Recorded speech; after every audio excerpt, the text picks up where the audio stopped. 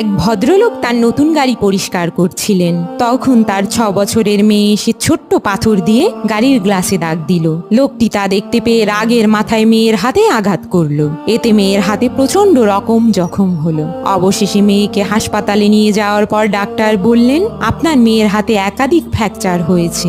হাসপাতালের বিছানায় শুয়ে মেয়েটি প্রচন্ড ব্যথা নিয়ে তার বাবাকে বলল, সরি বাবা, আমি আর এমনটা করব না। এবার আমার হাত ঠিক হবে তো? মেয়ের কথা শুনে লোকটির ভীষণ খারাপ লাগলো। গাড়ির কাছে গিয়ে প্রচন্ড ক্ষোভে গাড়িটিকে অসংখ্য বার লাথি মারতে মারতে বলল, এ আমি কি করলাম?